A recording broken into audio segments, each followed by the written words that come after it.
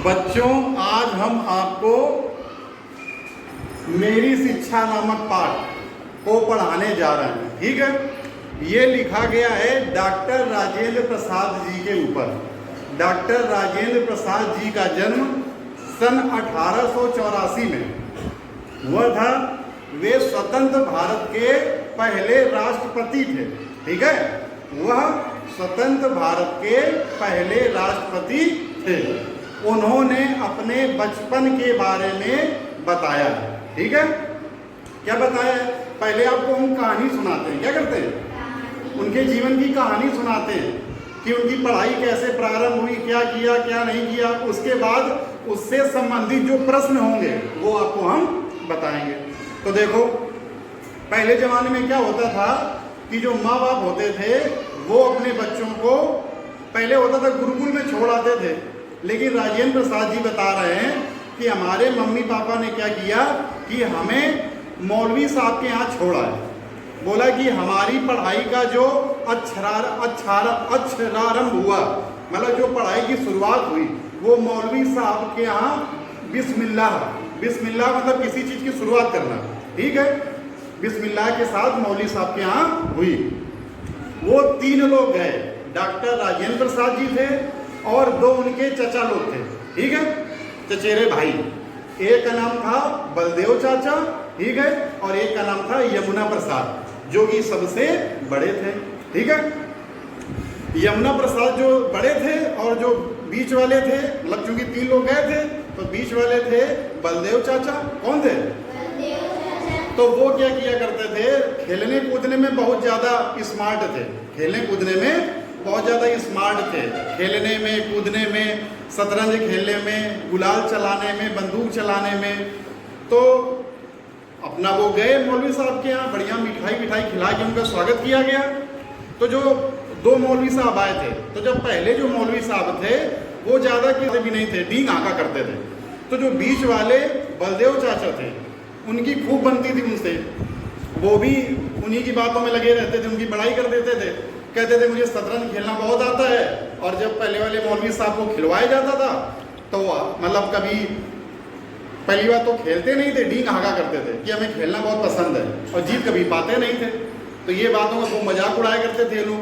ठीक है, धीरे धीरे अपना पार होता गया और वो चले गए। इसके बाद फिर दूसरे मौलवी साहब आए। वो क्या करते थे? पढ़ाते थे। वो क्या करते थे? वो पढ़ाने में मन लगाते थे, हमेशा पढ़ाते थे। और क्या करते थे, 7 दिन में 5.5 दिन फारसी पढ़ाते थे, और बाकी का जो समय बचता था उसमें गिनती पढ़ाते थे। ठीक है, वो क्या करते थे, पढ़ाई लिखाई में बहुत मन लगाते थे, बच्चों को पढ़ाते लिखाते थे। तो बच्चे क्या करते थे कि सुबह सुबह उठ के उनके पास जाते थे। जाने के बाद में जो भी पाठ देते थे, सबक, इसमें एक शब्द यूज हुआ है सबक, जो भी याद करने को देते थे उसे याद करते थे, और जो याद कर लेता था उसको दूसरा पाठ याद करने को दे देते थे। फिर सुबह होता था, सुबह बच्चे अपने मम्मी के पास जाते थे, आधे घंटे में अपना खाना वाना खा के फिर चले आते थे। ठीक, उसके बाद फिर दोपहर में आते थे, फिर उनको एक नया पाठ देते थे, फिर नया पाठ याद करके सुना देता था, फिर उसको अगला पाठ देते थे। और दोपहर में आधे घंटे की छुट्टी करते थे, उसमें से वो नहाते धोते थे और खाते थे। फिर अपने तख्त पोष, इसमें एक वर्ड यूज हुआ है तख्त पोष। तख्त पोष का मतलब होता है जो तखत में बिछाई जाने वाली चादर। तखत होता है, क्योंकि जो मौलवी साहब थे दूसरे वाले को चारपाई में लेटते थे, और बच्चों को तख्त पोष मतलब तखत के ऊपर बिछाई जाने वाली चादर, उसमें लिटाते थे। और दोपहर में क्या होता था कि जब कहते थे कि तख्त पोष धुल्ला हो जाके, तो धुलते थे, तब तक उनको टाइम मिल जाता था खेलने का। और एक शब्द यूज हुआ है तख्ती। क्या यूज हुआ है? तो पहले समय में क्या होता था कि लिखने के लिए एक बांस की लकड़ी होती थी, उसी में स्याही से डुबो के लिखा जाता था। यह स्लेट पहले नहीं चला करती थी जिसमें से अपना चाक चला दो और उसको साफ कर दो, होता था ना। तो ऐसे ही कि जो दूसरे वाले मौलवी साहब थे तो कहते थे इसको धो के लाओ, मतलब कलम से, जो स्याही वाली कलम से लिखते थे और उसको धुला करते थे। ठीक है, इस प्रकार वो अपना धुलते थे और उसके बाद में खा पी के अपना शाम हो जाती थी पढ़ते पढ़ते। उनका मतलब ये था कि पहले पाठ याद करो, उसके बाद जब याद हो जाए तो दूसरा पाठ दे देते थे और इस तरीके से काम पूरा हो जाता था। ठीक है, धीरे धीरे समय बीतता गया। अच्छा, एक घटना और बताई इन्होंने कि शाम को एक जमुना भाई थे, शाम को क्या करते थे, जमुना भाई एक चाल चलते थे। अब होता क्या था कि रात में पहले जमाने में ट्यूबलाइट तो होती नहीं थी, तो दिए भाई दिया होता है, उसमें मिट्टी का तेल भरा जाता है, केरोसिन ऑयल। तो क्या करते थे जमुना भाई, उसमें रेत की एक कपड़े में रेत की पोटली बना के उसी के अंदर छिपा के रख देते थे। तो क्या होता था, मिट्टी का तेल जल्दी सूख जाता था, और जब सूख जाता था तो दिया जल्दी बुझ जाता था। तो जो दूसरे मौलवी साहब थे वो एक कोठरी में रहा करते थे, उनकी साथ उनकी पत्नी भी रहती थी, तो अपनी पत्नी को डांटा करते थे कि इतना कम तेल क्यों रख दिया, इतना कम तेल क्यों रख दिया, इतनी जल्दी क्यों बुझ गया। और ये जमुना भाई ये चाल चला करते थे। तो ऐसे धीरे धीरे डॉक्टर राजेंद्र प्रसाद, जो कि स्वतंत्र भारत के पहले राष्ट्रपति थे, उन्होंने अपनी पूरी बातें बताई कि ऐसे ही हमारा पढ़ते गए, लिखते गए और आगे बढ़ते गए। पढ़ाई पूरी हो गई और वो पढ़ाई करने के बाद में अपना चले गए।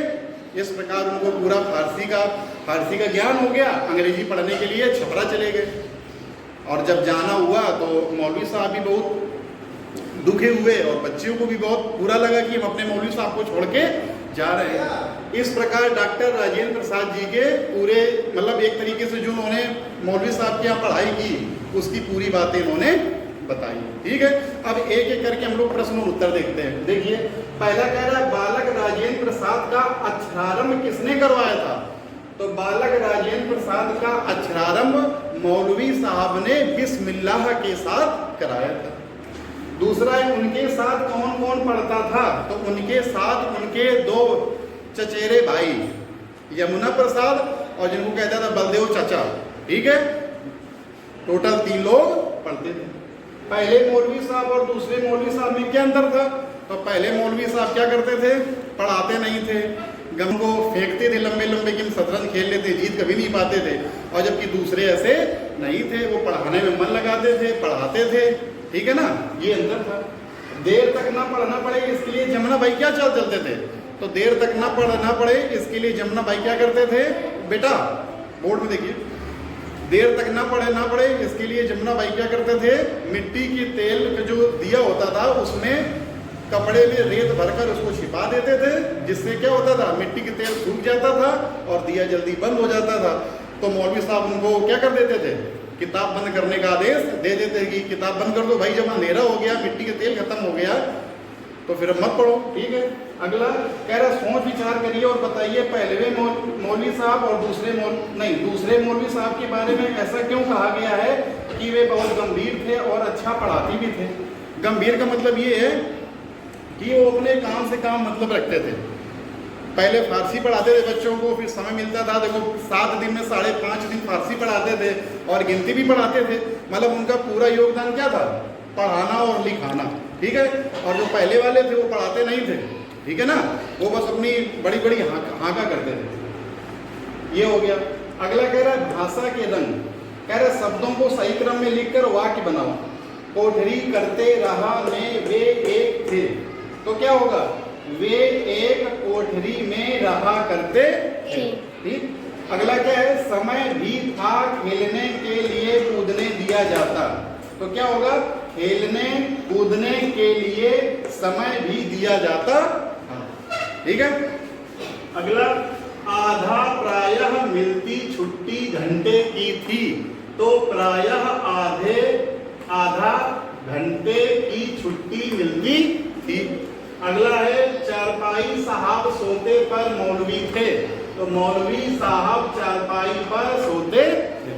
ठीक है, अगला क्या कह रहा है, छोटे बड़े इधर उधर यहाँ विलोम अर्थ देने वाले शब्दों की जोड़ी बनी हुई है, इस प्रकार के शब्दों की जोड़ी पुस्तक से ढूंढकर लिखो। अपनी पुस्तक से तुमको विलोम शब्द ढूंढ के लिखना है, जैसे सुख दुख, जाना आना, सोना जागना, सुबह शाम, जो भी तुमको विलोम शब्द दिखे उसको तुमको अपनी कॉपी पर लिखना है। ठीक है, अगला ऐसे ही धीरे धीरे तरह तरह यहाँ एक ही शब्द की आवृत्ति 2 बार हुई है, इस प्रकार के 5 शब्दों के जोड़े पुस्तक से ढूंढकर लिखिए। तो ऐसे आप ढूंढ लीजिएगा, कर कर, छल छल, गिर गिर, पिघल पिघल। ठीक है, ये देख लेना, शब्द मिल जाएंगे। अगला कह रहा है कि बेखौफ शब्द में बे शब्द उर्दू का है, और जब किसी शब्द के पहले, देखो दो चीजें होती हैं, एक होता है उपसर्ग और एक होता है प्रत्यय। उपसर्ग किसी शब्द के पहले लगता है और प्रत्यय किसी शब्द के बाद लगता है। तो बेखौफ में देखो बे पहले लगा है, तो कह रहा है ये अर्थ इसका, बेखौफ में क्या होता है, जो बे शब्द होता है वो उर्दू शब्द होता है, वो उलट देता है, मतलब किसी शब्द का अर्थ उलट देता है। जैसे खौफ का मतलब है भय, भयानक, इसमें लिखा हुआ है खौफ का अर्थ है भय। खौफ का अर्थ क्या है, भय, लेकिन कह दिया जाए बेखौफ तो उसका अर्थ हो जाएगा निर्भय, जो किसी से नहीं डरे, उल्टा हो गया। ऐसे ही बेदाग, जिसके ऊपर कोई दाग ना हो, नहीं, दाग का मतलब होता है कि जिसके अंदर, जिसके पास कोई कलंक लगा हो, जिसने कोई गलती की हो, और बेदाग मतलब कोई दाग नहीं। बेकसूर, जिसने कसूर किया हो, और बेकसूर कोई कसूर ना हो। बेघर, जिसके पास कोई घर ना हो, और घर कह दे तो मतलब घर हो। वजह, कोई वजह है, बेवजह कोई वजह नहीं। बेहिसाब मतलब पहले हिसाब कहेंगे उसके पास में, बेहिसाब बहुत पैसा, बेहिसाब पैसा है, लेकिन कह रहे हिसाब मतलब उसके पास इतना पैसा है, काम चलाओ हिसाब से, मतलब बे लगाने से वो चीज क्या हो जाती है, उलट जाती है। अगला बेमिसाल, मिसाल कह दे तो नॉर्मल, और बेमिसाल कह दे तो उसका उल्टा, ठीक है। तो ये इस प्रकार हमने आज क्या किया, डॉक्टर राजेंद्र प्रसाद जी जो कि स्वतंत्र भारत के पहले राष्ट्रपति थे, उनसे संबंधित एक चैप्टर था मेरी शिक्षा।